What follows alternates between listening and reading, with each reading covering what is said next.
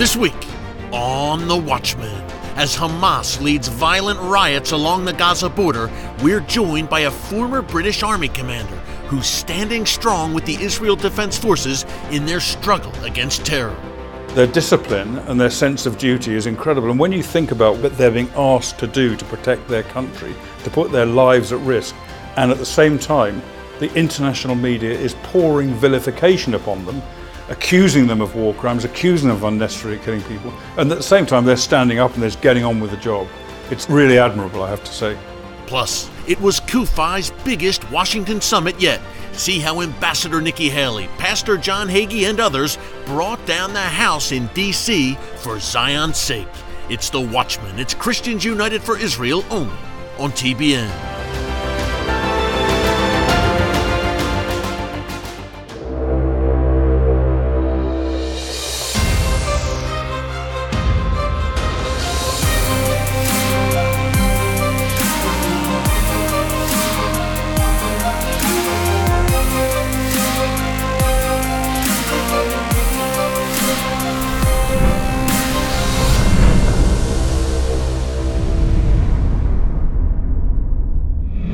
Welcome to The Watchman. We are still riding high from our recent CUFI summit in Washington, D.C. Thousands of pro-Israel Christians came to our nation's capital with one unified message. For Zion's sake, we will not keep silent. In doing so, they put their faith into action and made the 2018 Washington Summit CUFI's largest and most successful to date. Over 5,500 people packed the Washington Convention Center to hear from great speakers like Laura Ingraham of Fox News, Israel's ambassador to the U.S., Ron Dermer, CUFI's founder and chairman, the one and only Pastor John Hagee, and our very special keynote speaker, the United States ambassador to the UN, Nikki Haley. Here's some of the sights and sounds from the 2018 summit.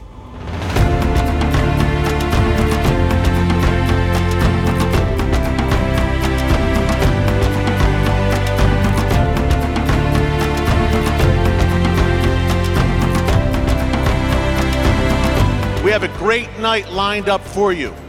Guess what? This is our biggest night to honor Israel yet. Jerusalem has been the capital of the Jewish people for 3,000 years. Jerusalem has been the capital of Israel for 70 years. And Jerusalem will always be our capital. While refugees all around the world diminish in number, Palestinian refugees are exploding in number, and they're all being funded and financed by the United Nations with your tax dollars. We at CUFI are going to take a stand against that and reorganize that so that foolishness stops at the United Nations. Thank you, President Trump, for standing up to an Iranian regime that vows and works to destroy the one and only Jewish state. Each year, the leadership of CUFI selects the one person in America that we feel has done the most to defend and protect Israel. We are delighted and highly honored to present this award to Ambassador Haley.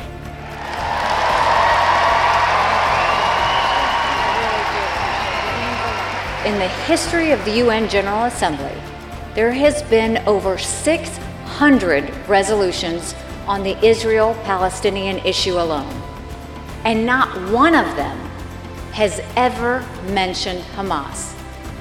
Not one in 600. It's very important to me that we represent truths and reality at the UN, even if it makes other countries uncomfortable.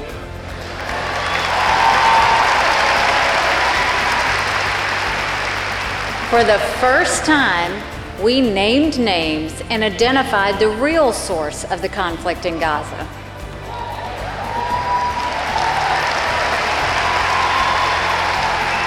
Thank you, CUFI, for supporting Israel.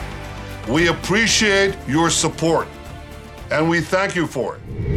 Now, if you couldn't make it in 2018, don't worry. You can plan ahead and register right now for the 2019 summit by visiting CUFI.org. I will see you in D.C. on July 8th and 9th, 2019. Think about this, folks. Never before in the 2,000-year history of the church has there been a mass movement of Gentile followers of Jesus standing openly and boldly with Israel and the Jewish people. It's never happened until now.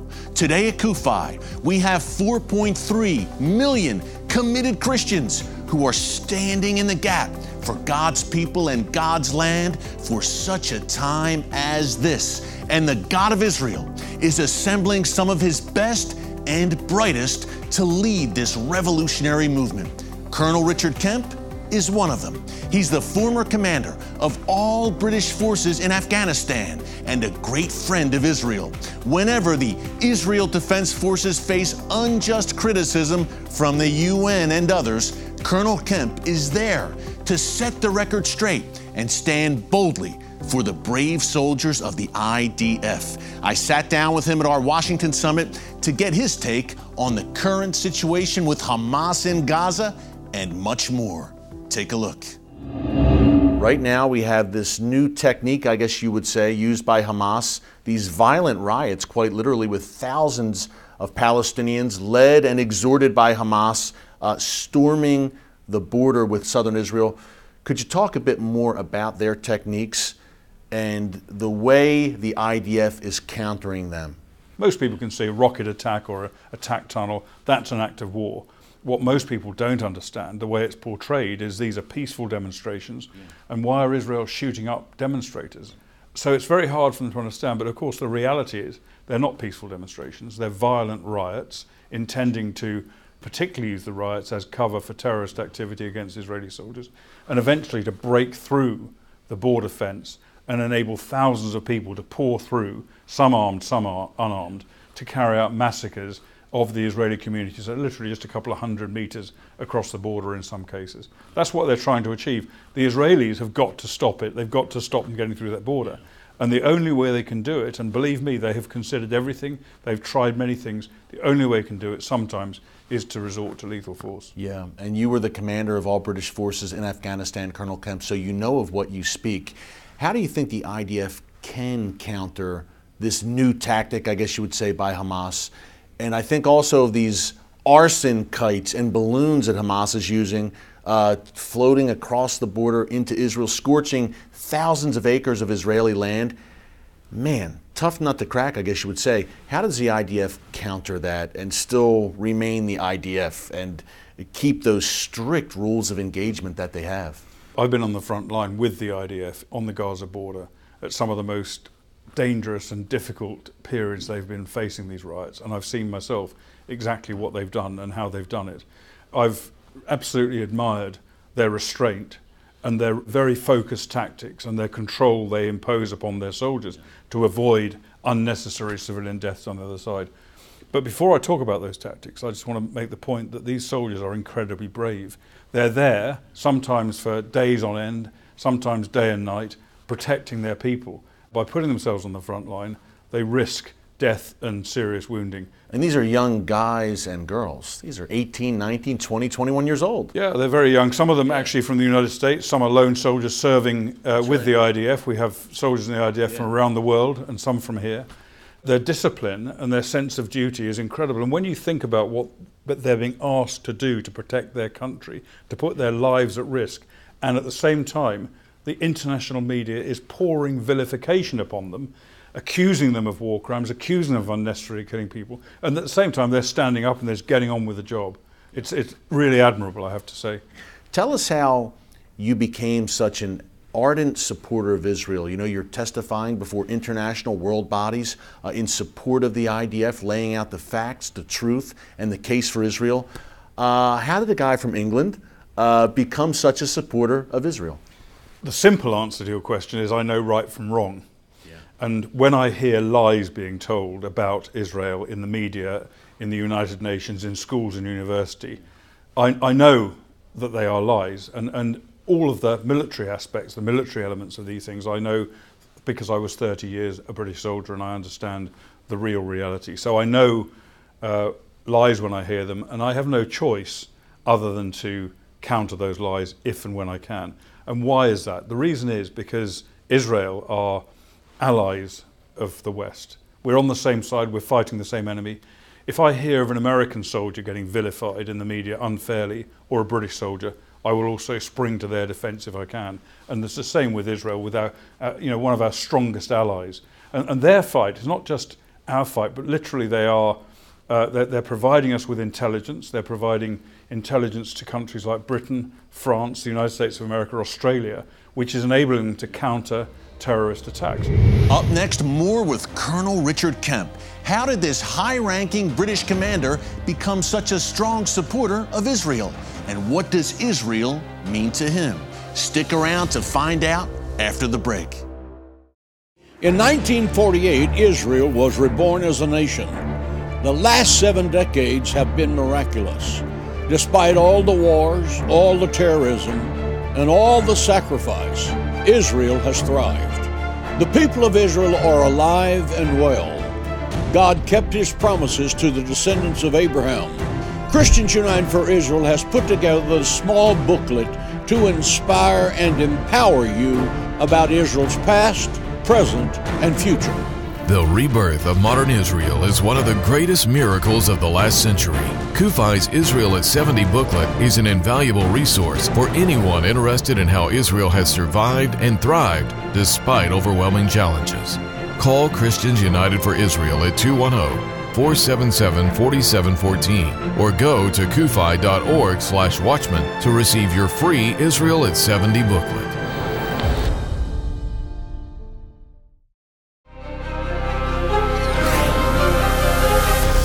Let me ask you, do you sometimes receive blowback, maybe in the UK, your home country, about your support for Israel? What I should say is that virtually every current British soldier and retired British soldier has exactly the same view as I do, because they know what's going on, they've seen it themselves, they face the same enemy. That's not true of many people in Britain who know only what they see on the BBC. And the BBC very often completely distort what's happening in Israel, as do many other media organisations like Sky News. They tell their own agenda, they use their own agenda to tell the story, and it distorts it. And most people in Britain only know what they see on the news. So that's why, on the Beeb, or on Sky and other stations, and many of the newspapers, we have very few media outlets in Britain which are actually objective in their telling of the story of Israel. They reinforce the lies that Hamas and other enemies of Israel want them to tell. And by doing that, when they blame Israel for the violence in Gaza, when actually the blame lies squarely on the shoulders of Hamas, they're simply making the problem worse. They're adding to the violence. They're encouraging Hamas's use of human shields. Colonel Kemp, can you give some of our viewers some examples of how the IDF goes to, in every way, sometimes at the expense even of their own soldiers, to avoid killing innocent civilians? Could you give us some examples of that? I guess similar to what you shared with international bodies at the UN and elsewhere. Well, you're right. Israeli soldiers have paid the ultimate price in their restraint to protect civilians on the other side. Israeli soldiers have died because of their restraint. They've died to save the lives of Palestinian civilians.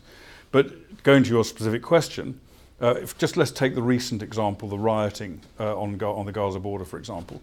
The first thing that the IDF did was to warn, when they knew that what was being planned, they warned the citizens of Gaza not to come and take part in it. They knew it was dangerous and they warned them against it, even to the extent of taking action like phoning up the owners of bus companies and saying, don't bring your buses down with people down to the border, it's going to endanger them. Right. Dropping leaflets, sending text messages, making radio broadcasts, phoning people, telling them not to come. That was the warning they gave. Similar type of warning they gave when they were having to deal with rockets and warned people that they were carrying out artillery or airstrikes against areas where civilians could be. Phoning the homes of terrorists in some cases, saying, hey, we're coming in, get your family out. Yep, giving them a chance. Yeah. The IDF have actually saved lives by their restraint. If they had not done what they'd done and thousands are broken through the fence, the border fence, then the IDF would have had to kill many more. They'd have had no choice at all. Yeah. So that what they were doing was a humane thing.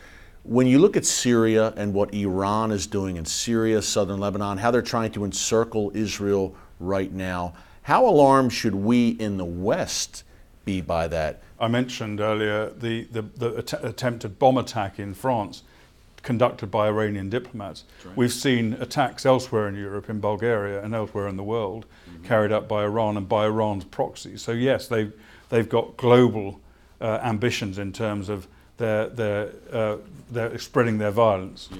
And we've also seen recently in Afghanistan, we've seen Iran stepping up its training program for Taliban fighters in Iran with the specific instructions: if they provide this training, they will focus more on America and America's allies in Afghanistan. So we're seeing this across the world, not just in the Middle East, but in the Middle East it's deeply worrying because Iran is intent on building what is referred to as a land bridge from Iran through Iraq, through Syria, right to the borders of Israel. And they want to use that land bridge to build up forces and to present a direct threat to Israel, in addition to the threat that they have developed to Israel in the north from Lebanon, with thousands and thousands and thousands of rockets. Iran is behind Hamas. Iran is booting Hamas and funding Hamas and telling Hamas to get on with attacking Israel.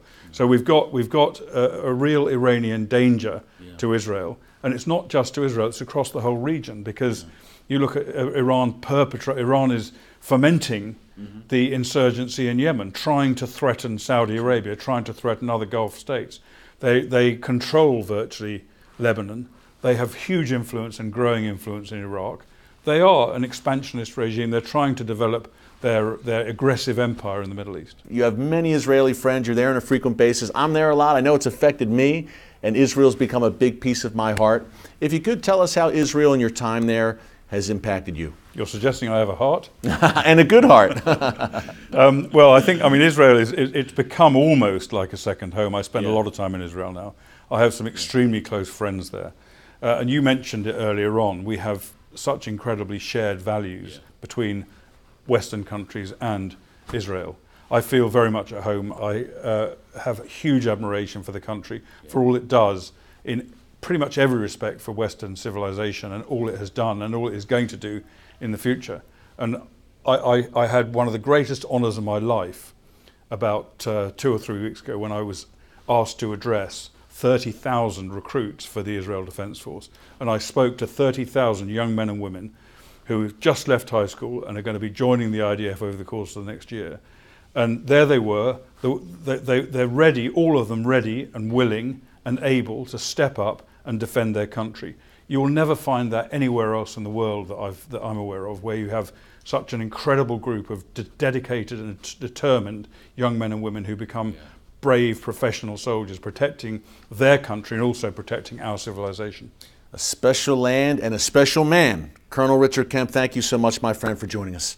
God bless you. Keep up the great work, Colonel Kemp. Thanks, sir. Thank you. Thanks again to our good friend, Colonel Richard Kemp, for joining us. Be sure to check Colonel Kemp out on Twitter, where he tells it like it is.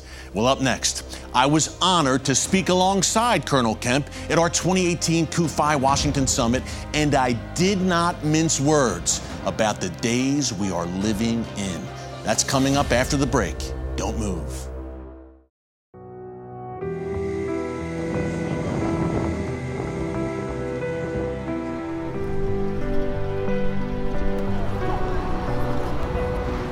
This year, 25 countries were represented at the 2018 CUFI Washington, D.C. Summit, the most ever in our 13-year history.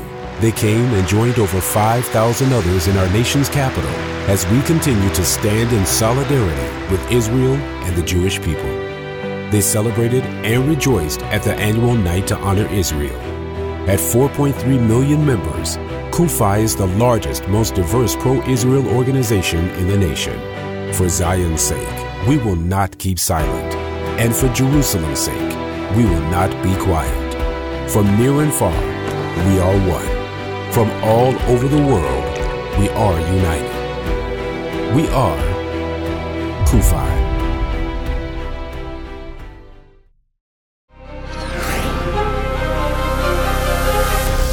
And welcome back. I mentioned earlier that we have had some great victories for the pro-Israel movement in 2018. But as a great man named Winston Churchill once said, this is only the end of the beginning. A larger fight is looming on the horizon. And that was one of the points I hammered home as I spoke before an audience of thousands recently at our CUFI Washington Summit. Take a look. A day is coming when you're going to need to stand up and be counted.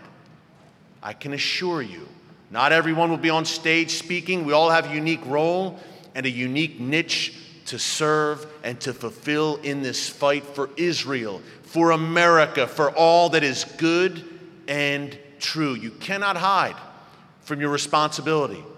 The big one, as they say, is coming.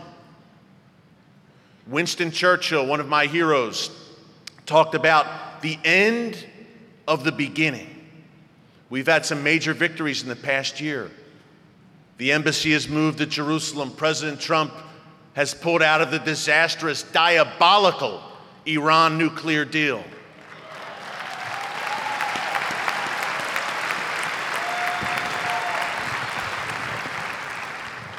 The Europeans are hanging on, though. It's going to work.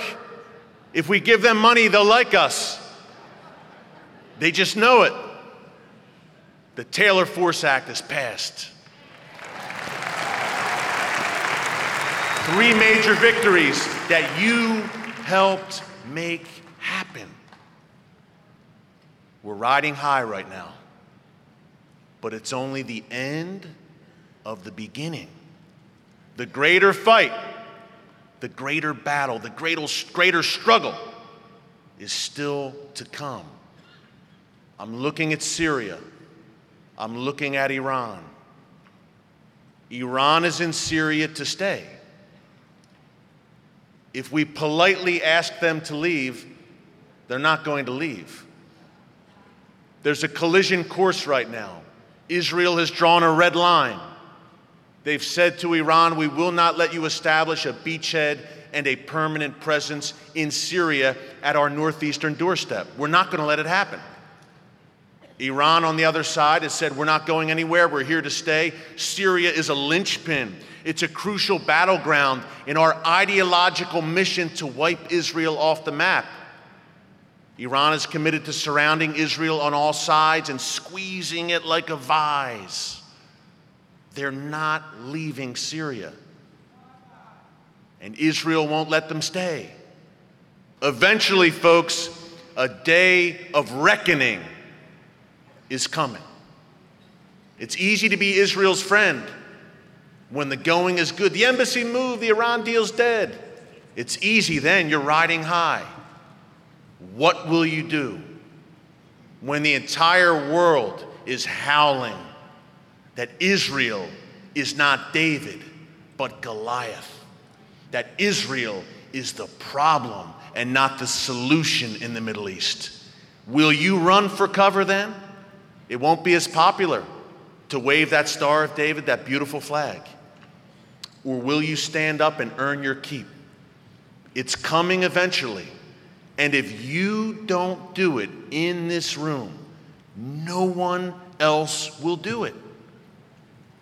You have a mandate from God Almighty.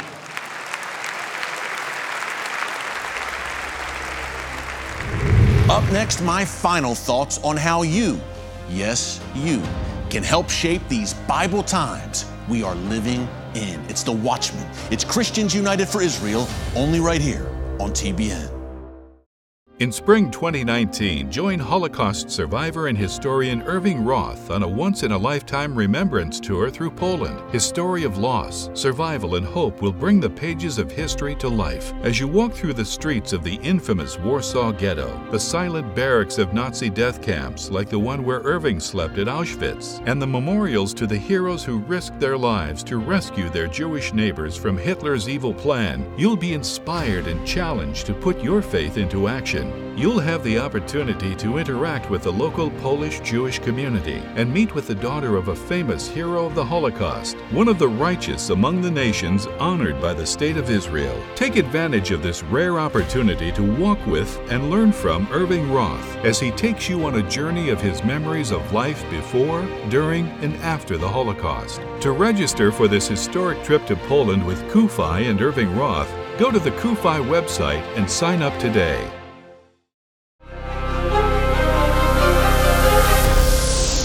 Welcome back. We've been talking this week about how 2018 has been a banner year for the U.S.-Israel relationship and for Christians united for Israel. But folks, we are not resting on our laurels. We know that there is a gathering storm on Israel's borders. Hamas continues to be a major problem in Gaza to Israel's south. But the larger threat lies to the north, where Iran and its proxy Hezbollah are hell-bent on establishing a permanent base in Syria from which they can strike Israel. That's why our Watchman team has spent so much time on Israel's borders with Syria and Lebanon, Hezbollah country, in recent months. As Watchmen on the wall, we see the threats gathering, and we are sounding the alarm. In the book of Ezekiel, chapter 33, God Almighty says, if the watchman sees the sword coming and does not blow the trumpet to warn the people, and the sword comes and takes someone's life, I will hold the watchman accountable. Folks, there's no gray areas here. It's very black and white. As Christians, we have a biblical mandate to stand with Israel. And guess what? If we don't do it, no one else will. It's up to the body of Christ to lead the way and be a light in the darkness. You see the website and the phone number there on your screen, so join us. Join CUFI, America's largest pro-Israel organization, and make your voice heard for Zion's sake. Well, thanks for being with us this week here on The Watchman. Until next week, God bless you. And remember, never hold your peace.